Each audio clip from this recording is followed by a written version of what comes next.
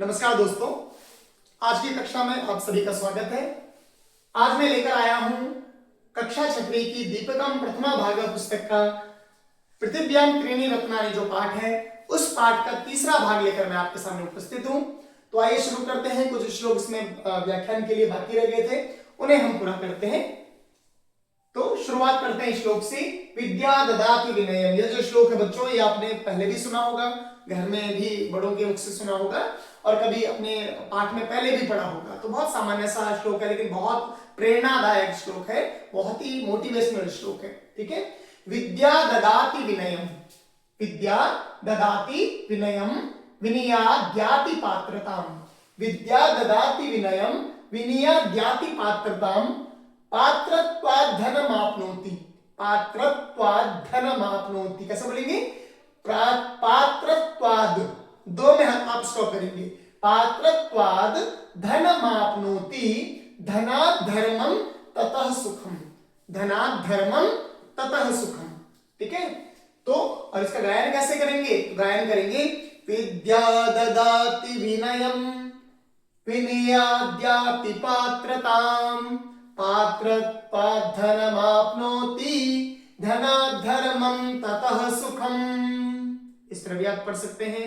दूसरा तरीका, अगर आप दहाकर और अच्छे से गाना चाहते हैं, विद्या ददाति विनयम विनयाद्याति पात्रताम, पात्रत्वात् धनमाप्नोति, धनात् धर्मम ततः सुखम।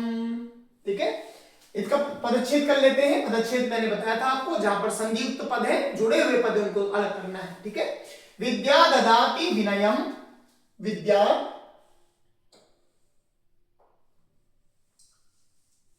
विद्या ददाति विनयम, क्या आएगा यहां पर? Just wait.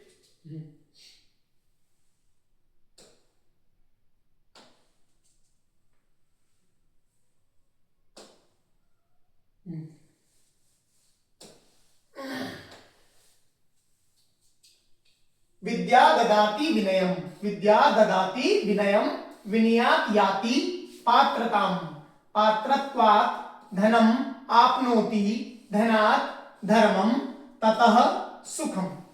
ठीक है। विद्या ददाति विनयम विनयात् याति पात्रताम, पात्रत्वात् धनम आपनोति, धनम आपनोति, धनात् धर्मम ततः सुखम। ये देखा आपने, यहाँ पर ये जो आप देख रहे थे, इसको अलग अलग उसने कर दिया है ना। इस तरह पदच्छेद इसको बोलते हैं। क्या बोलते हैं इसको? पदच्छेद करना बोलते हैं। ठीक है। इसको क्या बोलते हैं? यहाँ पर पदच्छेद करना कहते हैं। अन्वय कर लेते हैं हम।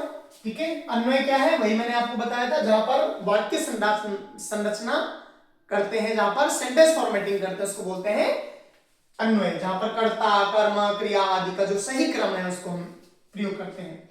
विद्या विनयम ददाति, मनुष्यः विनयात् पात्रताम याति, पात्रत्वात् धनम आपनोति, धनात् धर्मम ततः सुखम च आपनोति। भावार्थ क्या है इसका? आगे बढ़ लेते हैं।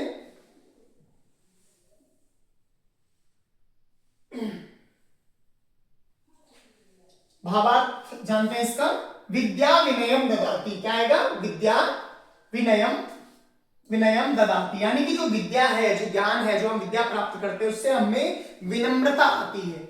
इसलिए याद रखना है, जितना हम ज्यादा पढ़ते हैं, जितना हम ज्यादा नॉलेजेबल होते हैं, जितना हम ज्यादा ज्ञान प्राप्त करते हैं, विद्या ग्रहण करते हैं, उससे हमारे जो व्यवहार है उसमें क्या होती है? विनम्रता की प्राप्ति होती है। हम विनम्र होते हैं। विनम्र का मतलब होता है जहां हम सॉफ्ट होते हैं, जहां पर हम दूसरों का अभिवादन करना जानते हैं, जहां पर हम बड़ों का सम्मान करना जानते हैं, जहां पर हम बड़ों के सामने झुकते हैं, उन्हें उनका अभिवादन करते हैं, अकड़ कर नहीं रहते, उसको कहते हैं विनम्रता आना। मान लीजिए कि किसी के आपके ऊपर पैर लग गया, कुछ हो गया, तो एकदम गुस्सा ना होकर के उससे प्रेम से बात करता है कि कोई बात नहीं, ठीक है, या कि उसने माफी मांगी तो कोई बात नहीं, ठीक है, हो गया। वो विनम्रता है, सॉफ्टनेस। किससे आप बोल रहे हैं तो बड़े प्रेम से बोल रहे हैं, तो विनय। तो विनय क्या होता है? सॉफ्टनेस। ठीक है। तो विद्या के द्वारा विनम्रता की प्राप्ति होती है, विनय की प्राप्ति होती है। विनय कारेण जनः योग्यतां प्राप्नोति। और आपने देखा होगा, जब आपके अंदर विनम्रता होती है तो आप धीरे धीरे आगे प्रोग्रेस करते जाते हैं और आप आगे बढ़ते जाते हैं और आपको क्या मिलती है? आपका जो प्रमोशन है वो आगे होता जाता है ना। आप योग्य बनते जाते हैं और आपको योग्यता की प्राप्ति होती है। जब आप विनम्रता होते हैं तो उस कारण से क्या होते हैं, लोग योग्यता प्राप्त होती है, यानी कि योग्यता को प्राप्त करते हैं। हर जगह विद्या थोड़ी जरूरी होती है, ज्ञान डिग्री नहीं होता है ना। अलग अलग आपने देखा होगा, व्यवहार से लोग, विनम्रता से लोग आगे बढ़ जाते हैं। लोग उन्हें भले ही कुछ भी कहें कि वो हमेशा जोरी करते हैं, लेकिन ऐसा नहीं है। विनम्रता जिसके अंदर होती है वो आगे बढ़ता जाता है, उसमें क्या आता जाता है, उसमें योग्यता उसकी बढ़ती जाती है। तो विनम्रता से योग्यता की प्राप्ति होती है, ठीक है। और योग्य जन सरलतया धनम अर्जयति, और जो योग्य व्यक्ति है, किसी भी क्षेत्र में हो सकता है, किसी पद में हो सकता है, कोई स्किल्स में हो सकता है ना, कोई उसमें बहुत अच्छे स्किल्स उसमें आगे हो, योग्य बन गया हो, ये भी कर सकता है, ये भी कर सकता है, किसी काम को बहुत अच्छे से कर सकता है, तो जैसे ही वो आगे बढ़ेगा तो वो आसानी से धन की प्राप्ति कर लेता है, धन कमा लेता है, ठीक है। और जब धन कमा लेता है, पैसे कमा लेता है, तो धने न धर्मम आचरति, उस धन के द्वारा, उस धन से क्या करता है, धर्म का आचरण करता है। धर्म का आचरण करने का मतलब होता है, यदि उसके पास धन है और उसमें विनम्रता भी है ना, वो वैसे विनम्र है, तो वो दूसरों की मदद करता है, दूसरों की सेवा करता है। और धर्म क्या है, दूसरों की सेवा करना ही तो धर्म है ना। अन्याय न करना किसी के साथ, ठीक है, न्याय करना, सत्य का साथ देना, दूसरों का परोपकार करना, है ना, ये सभी क्या है, धर्म के तो लक्षण है ना। लोगों की मदद करना, असहायों की मदद करना, तो मजबूर लोगों की मदद करना, तो जो ऐसे हैं उनकी जो मदद करता है वो किसके द्वारा, उसी धन के द्वारा करता है।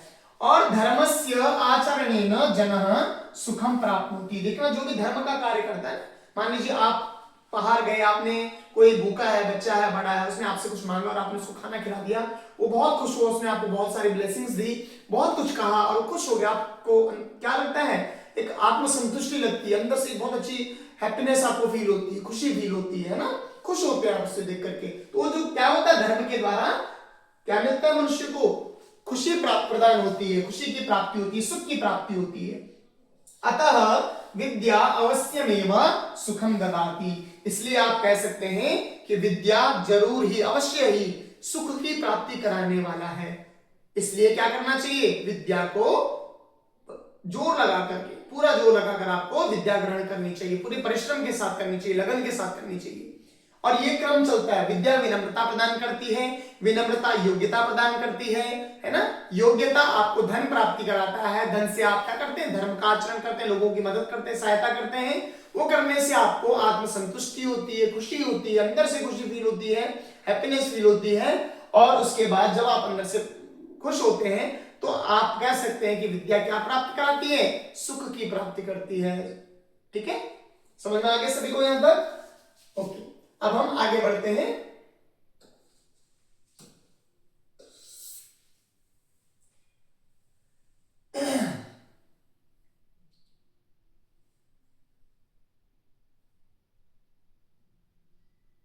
अब एक ये भी बहुत अच्छा श्लोक है, ठीक है।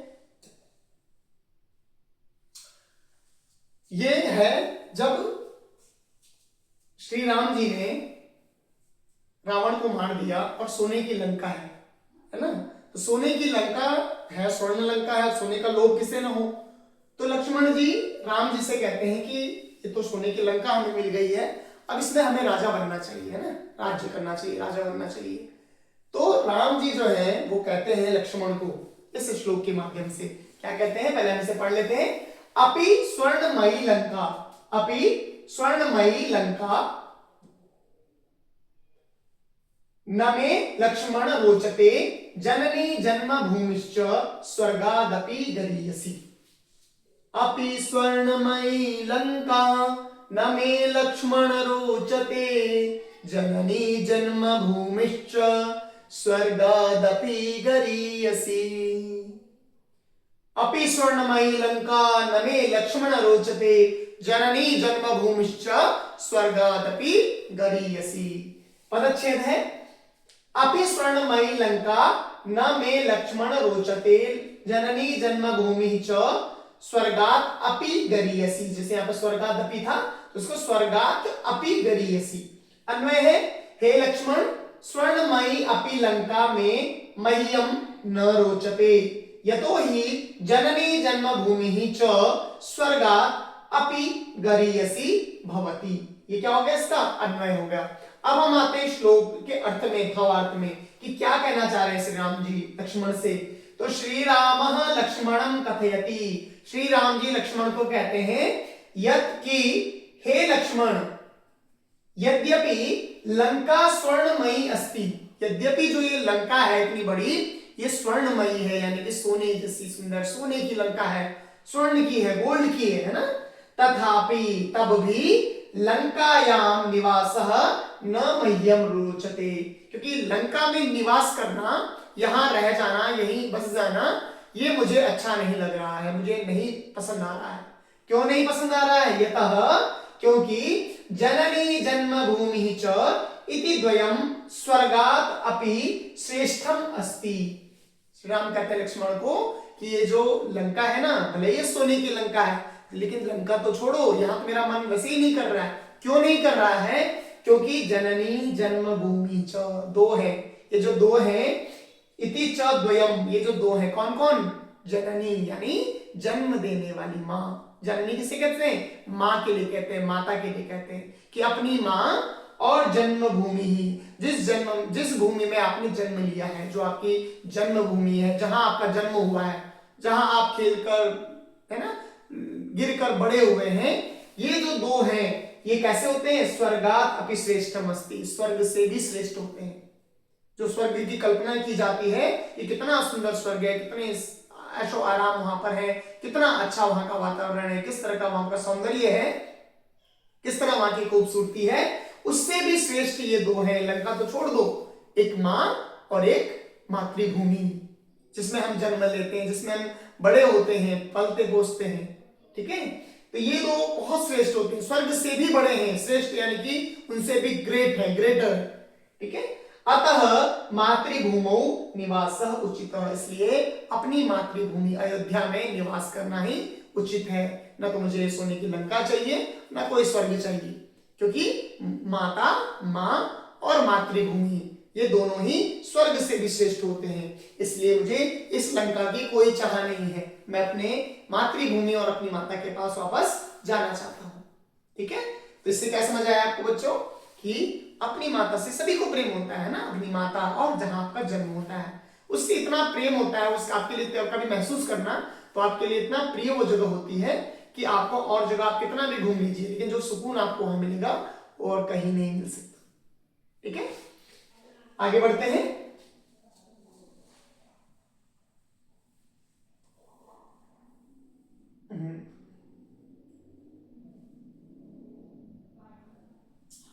पुस्तकस्था तु या विद्या, पुस्तकस्था तु या विद्या परहस्तगतं धनम कार्यकाले समुत्पन्ने न सा विद्या न तद धनम, ठीक है। पुस्तकस्था तु या विद्या परहस्तगतं धनम कार्यकाले समुत्पन्ने न सा विद्या न तद धनम, न सा विद्या न तद धनम। क्या है इस श्लोक का अर्थ? इस श्लोक का अर्थ है, पहले इसका पदच्छेद हम देख लेते हैं। पदच्छेद है, पुस्तकस्था तु या विद्या परहस्तगतं धनम कार्यकाले समुत्पन्ने न सा विद्या न तद धनम, परहस्तगतं धनम कार्यकाले समुत्पन्ने न सा विद्या न तद धनम। अन्वय है, पुस्तकस्था तु या विद्या अस्ति परहस्तगतं च यद धनम अस्ति तद उभयम अपि कार्यकाले समुत्पन्ने सति न सा विद्या न च तद धनम स्वस्य उपयोगाय भवति। यानी कि कस्यचित् समीपे अनेकानि पुस्तकानि सन्ति, किंतु यदि तानि न कदापि पठितानि तर्हि पुस्तके लिखितं ज्ञानम समागते अवसरे सहायकम न भवति। इसका मैं अर्थ फिर बताता हूं आपको, पहले मैं अन्वय का बता देता हूं, सामान्य अर्थ क्या है इसका। तो पुस्तक में स्थित जो विद्या है, पुस्तकें बहुत पुस्तकें होती है हमारे पास, उसमें स्थित जो विद्या है, जो ज्ञान है, और परहस्तगतं धनम, जो आपका धन दूसरों को आपने दिया हुआ है, ठीक है, दूसरे के हाथ में आपने दिया हुआ, दूसरों को दिया हुआ है, ठीक है, न ही वो धन और ना ही वो विद्या कार्यकाले समुत्पन्ने, अर्थात जो धन आपने दूसरों को दिया है और जो विद्या पुस्तक के अंदर है, पुस्तक में है, वो दोनों ही कार्य काले समुत्पन्न, यानी कि समय आने पर जब आपको उसकी जरूरत है, न सा विद्या न तद्धनम, न वो विद्या काम आती है न वो धन काम आता है। किस प्रकार से? कस्यचित समीपे अनेकानि पुस्तकानि सन्ति, किसी के पास में बहुत सारी पुस्तकें, मान लीजिए कि पूरी लाइब्रेरी है ना, या मान लीजिए आपके घर में ही आपने पुस्तकें हैं, उनके पास 10 15 20 आपने बहुत अच्छी अच्छी पुस्तकें रखी हैं, ठीक है, किंतु यदि तानि न कदापि पठितानि, यदि आपने उन्हें कभी पढ़ा ही नहीं है, उनका अध्ययन ही नहीं किया है, उससे ज्ञान की प्राप्ति नहीं की है, अपने माइंड में उन्हें नहीं बैठाया, पढ़ा नहीं है, समझा नहीं है, तो तही पुस्तके लिखितम ज्ञानम समागते अवसरे सहायकम न भवति, वो पुस्तक में लिखा हुआ जो ज्ञान है वो सही समय आने पर आपका कोई सहायक नहीं होता है, बल्कि अपितु कौन सहायक होता है? बुद्धिस्था विद्या एवं कार्यम साधयति, बुद्धिस्था यानी कि जो आपने बुद्धि में बैठा लिया, जो आपने पढ़ लिया, जो आपने समझ लिया, वही आपके काम आएगा। आता है ना, आप परीक्षा में बैठते हैं, कहीं भी जाइए आप परीक्षा में बैठेंगे, आप इंटरव्यू में बैठते हैं, साक्षात्कार करते हैं हिंदी में, तो आपको कैसे समझ में आएगा? क्या बोलोगे आप? जो आपने पढ़ा ही नहीं है, पुस्तकें कितनी भी हो, कितना भी उसमें ज्ञान हो, लेकिन जब आपको उसकी जरूरत होगी, जब आप परीक्षा में बैठेंगे, जब आपकी उसकी सही जरूरत आपको होगी, इंटरव्यू में बैठेंगे और आपसे कुछ पूछा जाएगा, तो आपका काम क्या आएगा? वो पुस्तक में रखा हुआ ज्ञान नहीं आएगा, जो आपने उसमें से खुद ग्रहण कर लिया है और अपनी बुद्धि में बैठा लिया है, वही सही समय पर काम आता है। पुस्तक में रखा हुआ ज्ञान आपके सही समय पर काम नहीं आएगा। और क्या काम नहीं आता? एवं एवं वैसे ही अन्येभ्यः प्रदत्तम धनम, दूसरों को दिया हुआ धन, दूसरों को दिया हुआ पैसा, आपने किसी को दे दिया, चाहे मदद के तौर पर दिया, कैसे भी दिया, दूसरों को दिया हुआ धन अपि आवश्यकम समये सहायकम न भवति, सही समय आने पर वो पैसा समय काम नहीं आता है, क्योंकि जब आपको उसकी जरूरत होगी सामने वाला उसे नहीं दे पाएगा, या उसके पास नहीं है, कोई उसके कारण हो सकते हैं, नहीं देना चाहता है, परेशान करना चाहता है, कई कारण हो सकते हैं। तो जब आपको उसकी जरूरत होगी, दूसरे के हाथ में दिया हुआ धन आप तुरंत चाहेंगे मिल जाएगा, तो नहीं मिलेगा, ठीक है। स्वहस्ते यत धनम भवति तदेव धनम कार्यम साधयति, आपको अचानक कुछ काम आ गया, तो जो धन आपके पास होगा वही आपके काम आने वाला है। जो आपने दूसरे को दिया है, अचानक उसकी उम्मीद करना कि मुझे तुरंत दे देगा, तो ये पॉसिबल नहीं हो पाता, और ये होता नहीं है व्यवहारिक जीवन में। तो इसलिए श्लोक बोलता है कि आप क्या करें, ऐसा नहीं कह रहे कि आप किसी की मदद ना करें, कहने का मतलब ये है कि अपने पास भी रखें कुछ, है ना, पुस्तकों से खड़ी पुस्तकें इकट्ठा मत करें, उनका ज्ञान अर्जन करें, उनको अपनी बुद्धि में बैठाएं, ताकि आपको सही समय आने पर वह कार्य आ सके। तो इसलिए घमंड नहीं करना है, मेरे पास इतनी पुस्तकें, मेरे पास इतनी पुस्तकें, अहंकार नहीं करना है, अहंकार किस बात का नहीं करना है, अहंकार तो वैसे भी नहीं करना चाहिए, लेकिन यदि करना ही है आपको, तो उस ज्ञान को अर्जन करो, अपनी बुद्धि में यदि है ना, तो काम आ जाएगा सही समय पर। वैसे ही धन, कितना भी धन हो आपके पास, लेकिन अगर वो दूसरे को दिया हुआ है, तो सही वक्त पर काम नहीं आएगा, है ना। जब आपको अर्जेंट कुछ जरूरत पड़ जाएगी, तो आप कोशिश करेंगे उसे प्राप्त करने की, लेकिन आप देखेंगे तो वो नहीं मिल रहा उस समय, आपको 10 दिन बाद मिल सकता है, आपको 20 दिन बाद मिल सकता है, हो सकता है आपका काम भी बिगड़ जाए, ठीक है। इन बातों का ध्यान जरूर रखना है, ओके, समझ में आ गया सभी को। तो ये आपको हमेशा ध्यान रखना। अब यहाँ पर देखिए कोषपाला दिखाया है, कोषपाला का मतलब यहाँ पर आप ये भी कह सकते हैं कि बैंक में जमा कर रहे हैं। कई बार आपको अचानक नहीं मिलता, आपने लाखों रुपए जमा किया, निकालने के तो नहीं जी 2 लाख से ज्यादा तो नहीं देंगे अभी यहाँ पर है नहीं कैश, ऐसा नहीं है, वैसा नहीं, बहुत बहाने हो सकते हैं, ये नियम है वो नियम है ना। तो अपने पास रखा हुआ धन ही अपने तुरंत उसमें काम आता है, ठीक है बच्चों।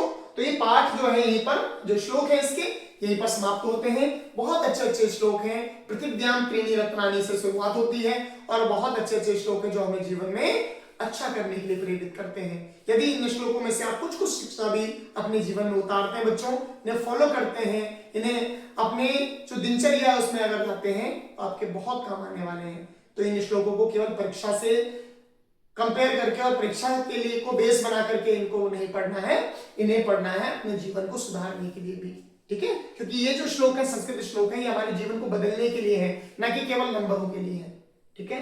अगली वीडियो में मैं इसके प्रश्नोत्तर जो अभ्यास कार्य होंगे उन्हें डिस्कस करूंगा। तब तक के लिए हम इस वीडियो को यहीं पर समाप्त करते हैं। आप सभी का बहुत बहुत धन्यवाद। नमस्कार।